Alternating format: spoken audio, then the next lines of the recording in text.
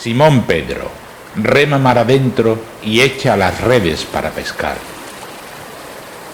Señor, hemos estado toda la noche intentando pescar y no hemos cogido nada, pero por tu palabra echaré las redes. Y habiéndolo hecho, recogieron gran cantidad de peces.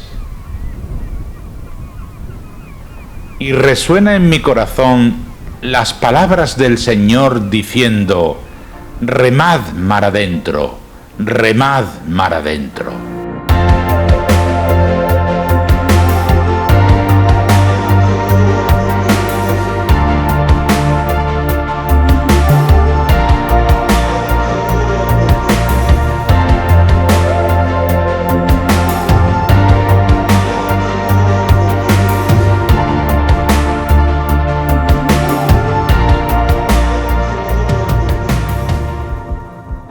Hola amigos, bienvenidos un día más a Mar Adentro, ese programa con el que pretendemos traerles respuestas de las preguntas que ustedes tengan, quizás las más importantes, y si no las más importantes, seguro que las de máximo interés en cuestión de fe. Pero en cuestión de fe es todo, porque lo que yo digo, hoy tratamos un tema que cómo no va a ser de fe si trata a los niños.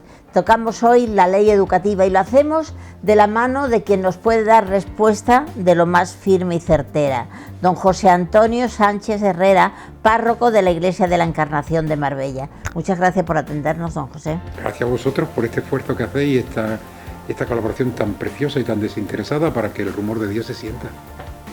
El tema está claro, es de máxima actualidad, la ley educativa. Sí, bueno, la enésima ley educativa, ¿no? Y esta en concreto no lo digo yo, lo dicen todos los medios, los afines y los no afines, poco dialogada o nada ni dialogada. Es una ley impuesta y una ley que nace ya, digamos, con muchas dificultades y con difíciles aplicaciones. Se habla mucho del pacto educativo y ya el Papa Francisco nos recordaba que el pacto educativo no es un pacto entre políticos que nunca se van a poner de acuerdo. Ni creo que la educación tenga que ser un tema que los distintos partidos tengan que diseñarlo. Yo creo que avanzaríamos mucho más si las leyes educativas fueran leyes técnicas y a los partidos y a la clase dirigente lo que le toca es buscar los recursos para que la escuela sea una escuela libre, plural, una escuela, digamos, donde los padres, como dice la Constitución, y como dicen los derechos humanos, sean los que decidan qué tipo de educación tienen que recibir sus hijos, sea mediante un cheque escolar o sea mediante lo que ayude realmente a que haya diversas, digamos, opciones y uno pueda elegir, porque claro, si es lenteja o lenteja, pues que lo que es la ley Cela es lenteja o lenteja, pues a eso se le llama libertad, pues evidentemente, no porque las anteriores sean mejores, sino porque esta ya es que, claro, era difícil empeorar las que había, pues ha conseguido lo imposible, es empeorarlas. Pero el pacto escolar no es entre políticos. El pacto escolar, dice el Papa Francisco, y yo estoy plenamente de acuerdo, es un pacto entre familia y escuela. Si la educación estuviera entre las 10 preocupaciones de los españoles, que son las que recoge el SIS, otro gallo cantaría. Y los políticos se cuidarían mucho más de no meter tanto la mano o meterla mejor, porque evidentemente el problema en España es que entre las 10 preocupaciones de los españoles no está en la educación, que tendría que ser, si no la primera, por lo menos la segunda o la tercera. Bueno, teníamos que hablar, yo creo, de forma obligada de los colegios concertados y la educación especial. Sin duda, es decir, la educación especial yo creo que es un logro de precisamente del sistema educativo, que se dio cuenta de que no todos los críos son iguales y que hay chiquillos que tienen necesidades específicas y necesidades educativas muy claras. Y para eso hay dos caminos. Uno, evidentemente, integrar es el mejor, pero no siempre todos los niños son integrables. Entonces, lo que no se puede es por real decreto, por lo mismo, determinar que todos se integran, porque hay críos que avanzan mucho más en una aula específica o en una escuela específica que no meterla con otros 25 alumnos en una clase donde no pueden. Y la educación especial, que en muchos casos es apoyo a la integración, evidentemente también se consigue con aulas con menos alumnos y también con profesores de apoyo, pero verdaderos profesores de apoyo. La educación especial en España sigue siendo una asignatura pendiente. Se ha avanzado, evidentemente, porque esos niños antes ni siquiera eran escolarizados, pero evidentemente nos queda mucho camino que recorrer. Y ha dicho lo de la educación especial. Sí, y los colegios concertados. Bueno, los colegios concertados es una... ¿Corren riesgo, padre? Bueno, yo creo que siempre están en riesgo, porque precisamente por eso, porque se quiere ofrecer nada más que un modelo educativo, que además es ridículo, pero este es un invento y un buen invento de Felipe González, vamos, de su mandato. Es decir, antes de la ley de la famosa LODE, pues había escuela pública, que era la escuela nacional, y después estaba la escuela privada, que era la de los religiosos, etcétera, que evidentemente tenía que ser, no tenía subvención y entonces evidentemente tenían que cobrar. Es verdad que estas instituciones, sobre todo las religiosas, creaban becas para que también pudieran educarse, pero evidentemente quien podía pagar eran las clases más pudientes. Y la ley de concierto educativo consiguió algo precioso, y es que en esos colegios tradicionalmente de una élite pudieran estudiar todos los que vivían en aquel sector. Me acuerdo, por ejemplo, del Colegio de los Jesuitas de Málaga, que era un colegio para la grande élite. En el momento que se aprueba la ley de concierto, todos los niños de la Playa del Palo y de la Pelusa van al colegio y se juntan los niños de un nivel más alto con los niños de un nivel menor, porque al fin y al cabo los niños son todos hijos de Dios y al final en el colegio se mezclan y se entremezclan sin ninguna dificultad. Bueno, pues acabar con la escuela concertada, que es, yo digo que es un soplo de libertad, es quitarle a los padres la oportunidad de poder elegir entre A y B, ¿verdad? Porque la escuela concertada no es totalmente, dentro de la concertada hay escuelas con identidad confesional, pero hay también mucha escuela concertada que no tiene una identidad confesional concreta, y esto es lo que permite que un padre pueda elegir entre varias opciones un colegio. Ahora, si lo único que hay es la red estatal, y por otro lado, esa red estatal la queremos ideologizar, pues comprendo que los padres se echen a temblar y pidan, como piden algunos de los partidos políticos, un PIN educativo y una serie de cosas, porque en el fondo lo que están manifestando los padres es que no están de acuerdo en que ellos no tengan nada que decidir, ni una palabra que decir en el tema de la educación de sus hijos. Por lo tanto, la concertada no solamente es una cosa necesaria, además es un apoyo a la libertad, y segunda parte, al Estado, un niño educarla concertada le cuesta justamente el 50% de lo que le cuesta a un niño en una red estatal. Con lo cual, no sé dónde está el problema. ¿Se le quita peso al castellano en algunas comunidades? Eso sin duda. Y yo creo que, digamos, es la ley del péndulo, ¿no? Es decir, durante mucho tiempo las lenguas que ahora mismo en la Constitución son las cooficiales, ¿no? Y que han sido el signo de singularidad de determinados lugares de este mosaico que es España, ¿no?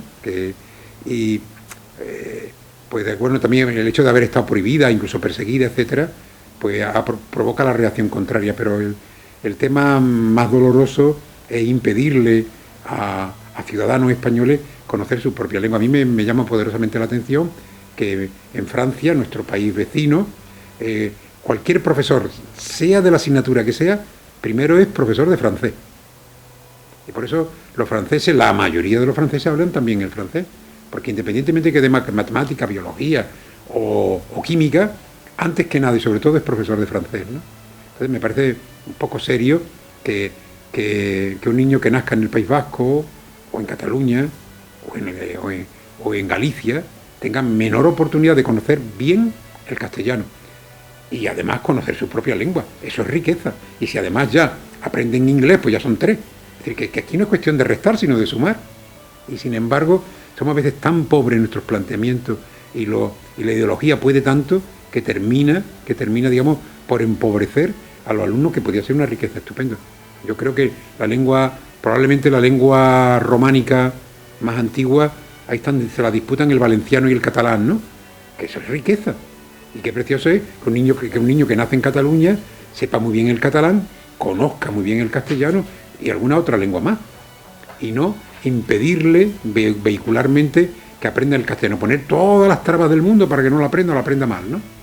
Bueno, eso realmente influye, yo creo, en el amor o desamor a España, ¿eh? Pero, Por lo menos así lo ve el pueblo llano y sencillo. probablemente, pero es que hay una cosa, y es que no está tan claro que Cataluña no sea España, si más del 50% de los que viven allí se consideran, además de catalanes, españoles, pues no sé cuál es el problema.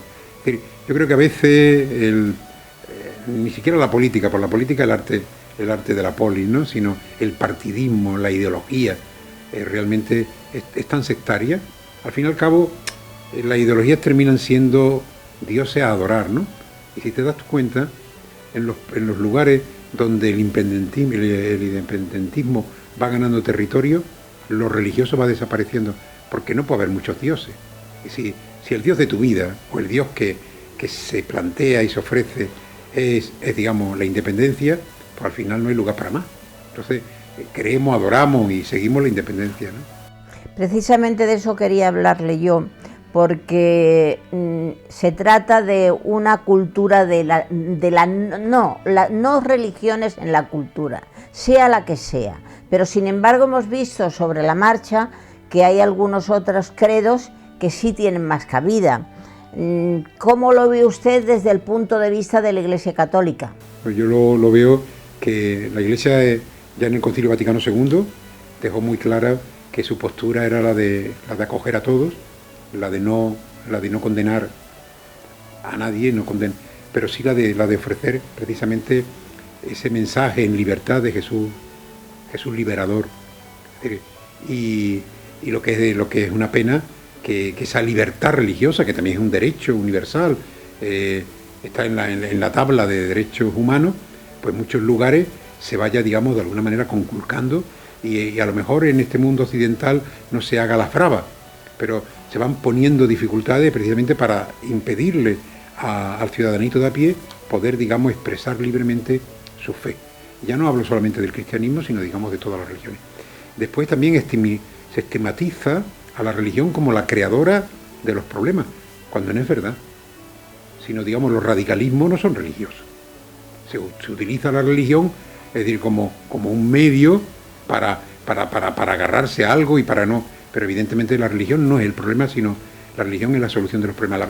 El reciente visita del Papa a Irak y el encuentro con el Ayatolá, ¿verdad?, nos pone de manifiesto ese deseo que hay en los hombres verdaderamente religiosos, sean de la religión que sean, de ser constructores de paz, de un mundo en fraternidad y en diálogo, desde el respeto, desde las opciones, y evidentemente con nunca jamás lo religioso, que siempre se ha usado como por los que gobiernan para enfrentar a la gente, pero evidentemente de por sí ninguna religión es en sí misma una llamada a la guerra, es más bien todo lo contrario, ¿no? La nota no contará para obtener una beca o para la entrada, el acceso a universidad.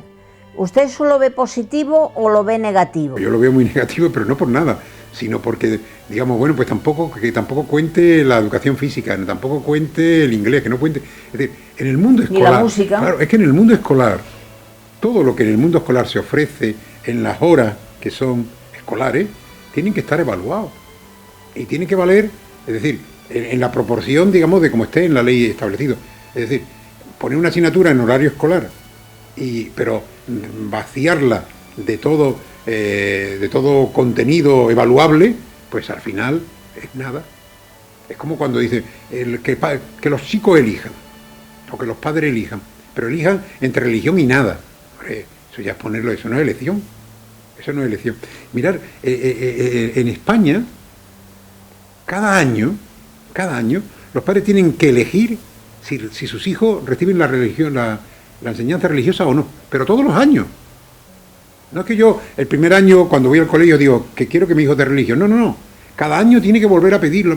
Y además le ponen todas las dificultades del mundo y bueno, a pesar de eso... Pero eso no es una manipulación. Totalmente, pero es que a pesar de eso, a pesar de que la religión está mal considerada, evaluada de aquella manera, quitada y puesta, etcétera, etcétera, a pesar de eso, el 80 y tantos % de los padres españoles siguen pidiendo la religión. Digamos, habría que hacerle un monumento. Bueno, nosotros tenemos desde Paz del Mundo una anécdota muy buena, que fue la nieta del imán. La nieta del imán, el imán quería que estudiase en un colegio de monjas.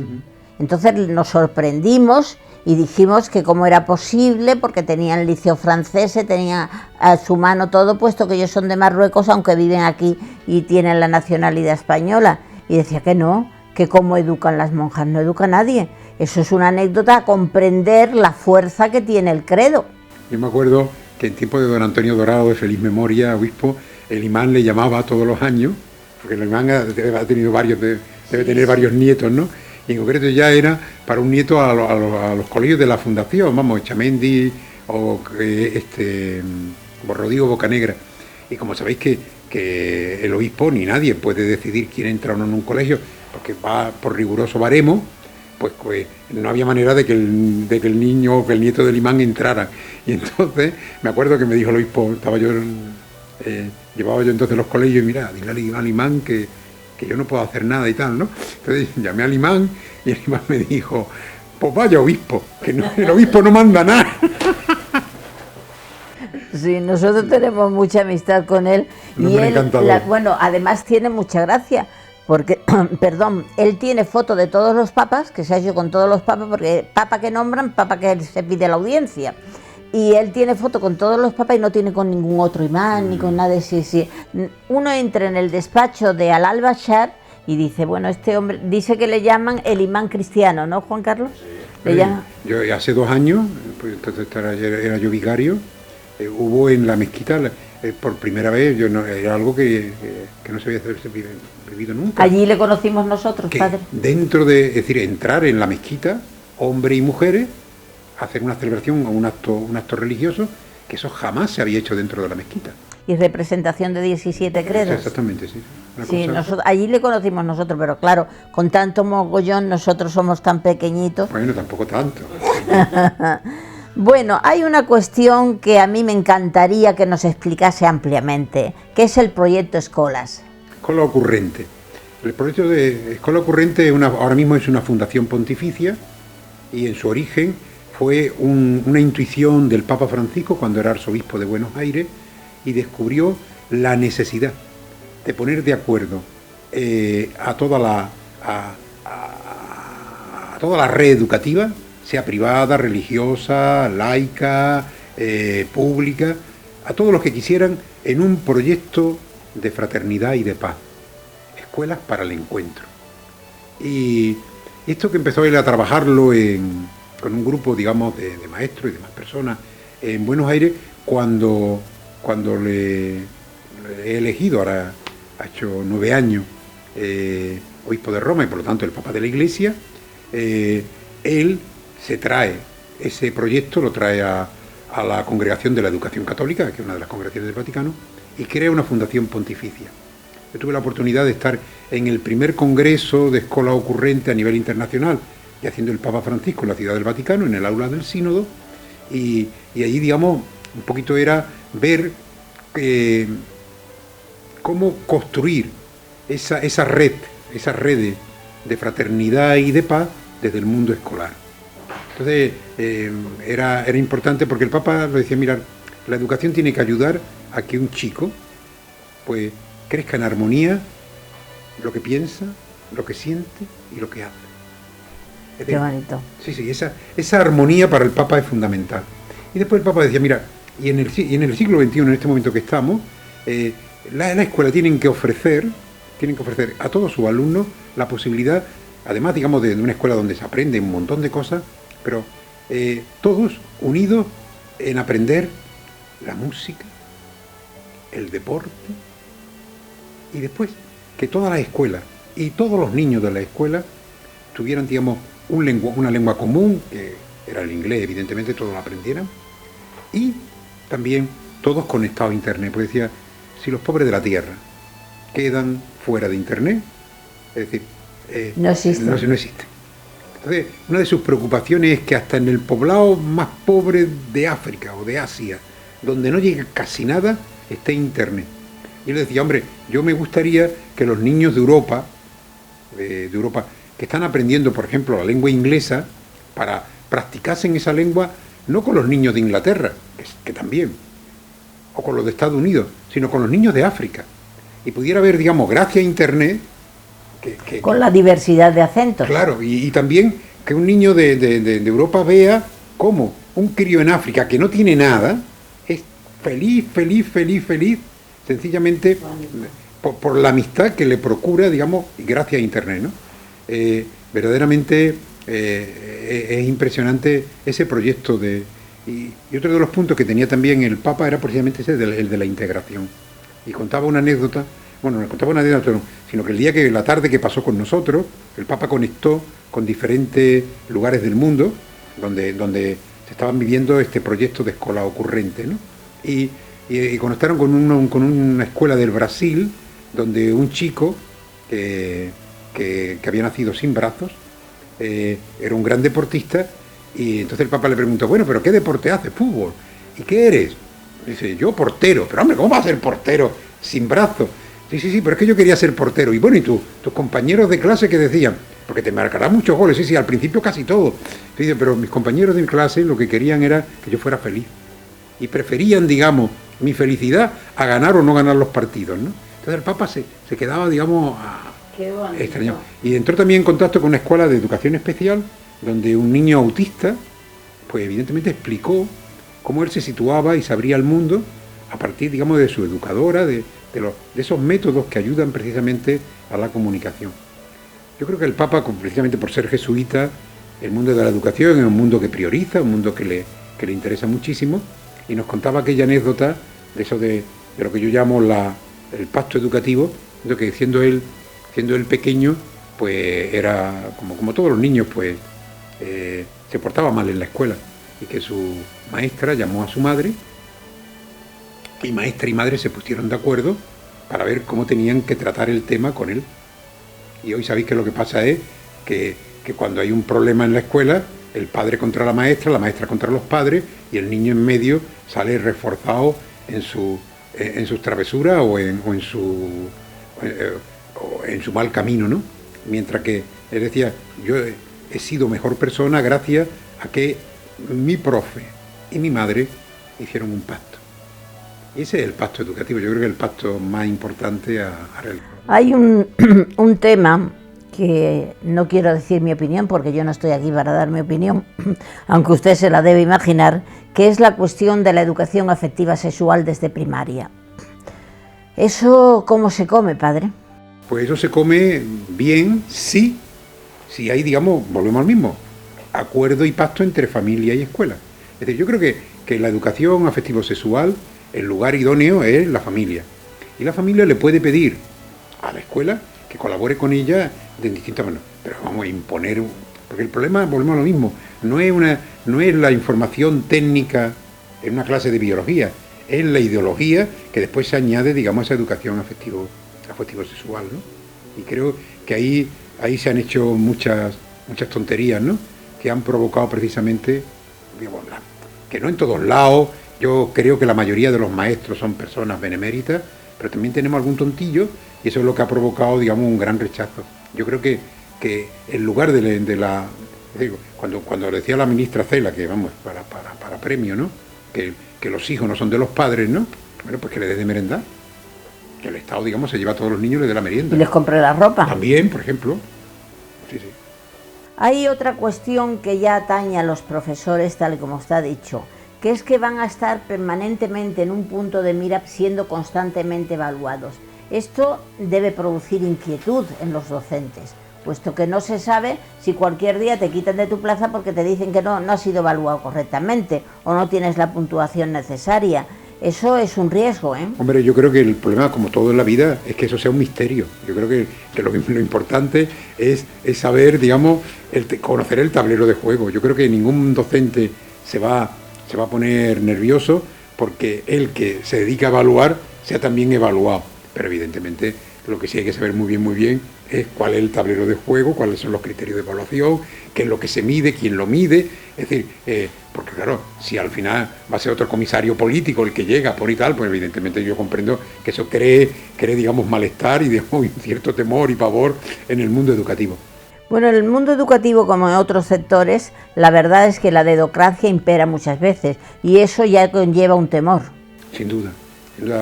Ahora he visto que una de las cosas que quieren terminar es, como yo, por ejemplo, a mí la inspección educativa me suena, digamos, a antiguo régimen. Yo creo que son cosas que se mantienen.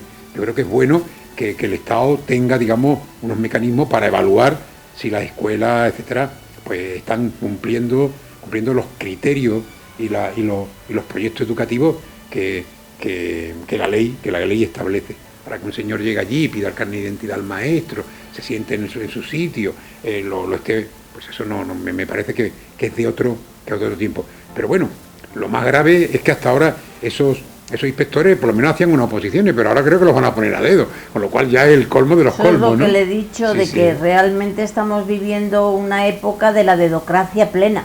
Sí, ¿no? Y que bueno, que además después quien tenga la preocupación por la educación, pues puede ser una persona que no viene de ese ámbito. Y bueno, pues eso es muy complicado. Padre, sabemos que su tiempo es muy justo, el nuestro también está limitado por la cuestión del programa. Damos por finalizado este espacio de hoy y le convocamos a uno nuevo. De acuerdo, fenomenal. Ya lo ven, respuestas para todo aquello que ustedes se preguntan. Y continuaremos así en el próximo programa de Mar Adentro.